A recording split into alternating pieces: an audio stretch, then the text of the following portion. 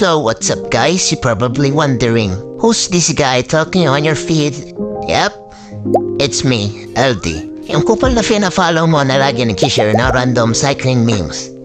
I just wanna say thank you sa pag-follow at pag-support sa page ko. We finally reached our 10k followers. Yes, we. I can't do this shit without you guys. Maraming salamat sa inyo mga idol. It's been a year since I started this shit. I remember nung una ginawa ko lang to para ma-document yung mga ride. Doing some crazy stuffs and uploading it on Reels without caring about monetization.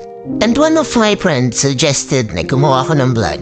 I did my first very own vlog, yung kapahingahan ride, na nasundan pa ng ilang mga vlogs. And after nun, hindi na ulit nasundan.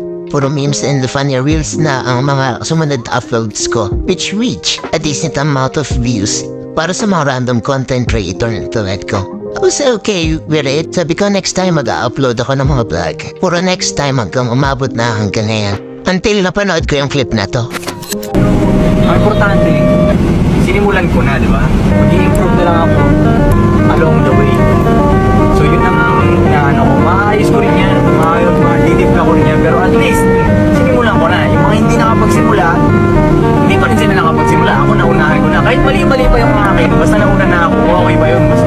Mas okay pang mali-mali ka, pero nauna ka. Kaysa naman sa napaka-perfect mo, pero hindi mo pa siya, tindahin kayo ano mo ba? Yung sinisimulan ba?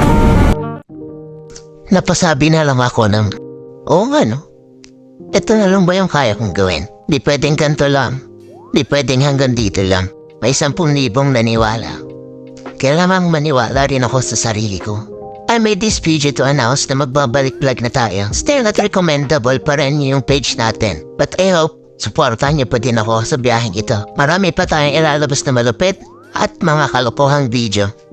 Maraming salamat mga idol. See you next ride.